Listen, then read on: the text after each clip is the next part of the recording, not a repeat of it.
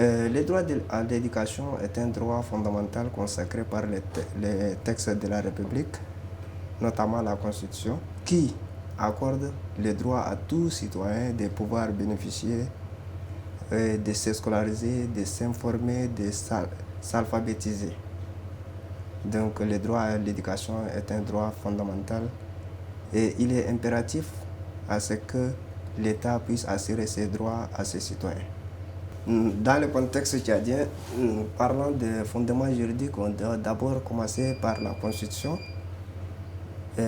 Après la Constitution, nous avons la loi 06/PR/2006 du 13 mars 2006 portant orientation du système éducatif tchadien.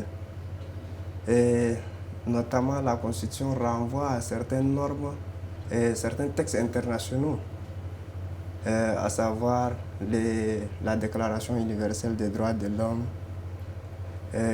les textes au niveau international qui consacrent l'éducation dans un état de droit.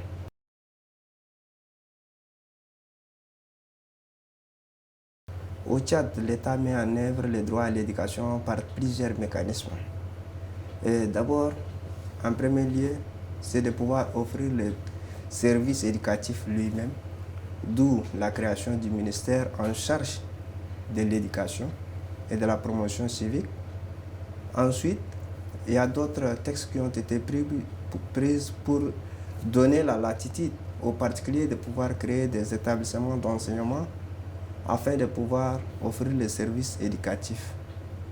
J'allais dire que la démocratisation de l'école tchadienne est aussi une politique de mise en œuvre. Le suivi au niveau central.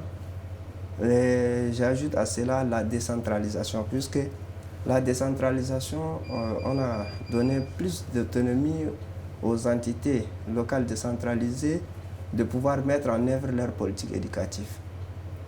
Notamment les écoles au niveau local sont gérées par les délégations provinciales et les communes.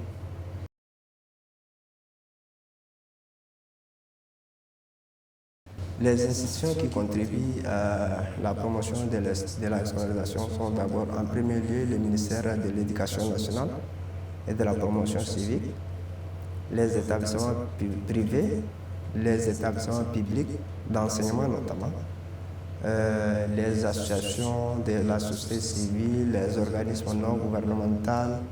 S'ajoutent à cela les organismes internationaux qui militent pour l'éducation. Je vais citer l'UNESCO, l'UNICEF, qui prônent également le droit à l'éducation, surtout pour les enfants. Il y a une pression sur l'école publique.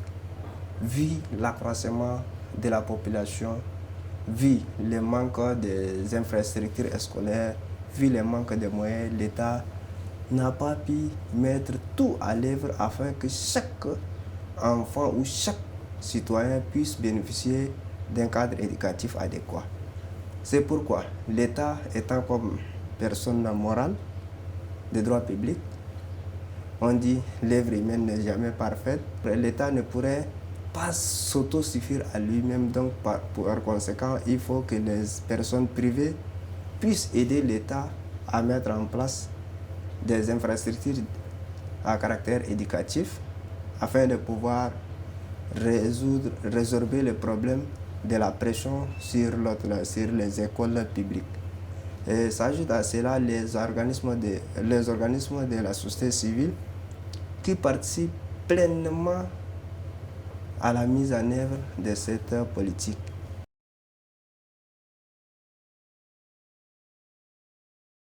La création des établissements privés est à saluer parce que l'État à lui seul ne peut pas répondre à 100% aux besoins du système éducatif. Mais certains fondateurs des établissements ne voient pas la création de l'établissement comme étant un moyen d'aide à l'État. Ils sont en train de concevoir sous forme d'une entreprise. Ils visent la génération de revenus. Et non, ils ne voient pas leur établissement comme un rempart pour pallier aux difficultés du système éducatif. Par rapport à cela, l'État a pris plusieurs mesures. D'abord en 2018-19, si vous vous souvenez, il y avait eu fermeture de plusieurs établissements privés pour non-conformité. Normalement, il y a le curricula, il y a le programme national. Les établissements privés là devraient normalement suivre le programme national et mettre en application rien d'autre que ce qui était prévu par l'État.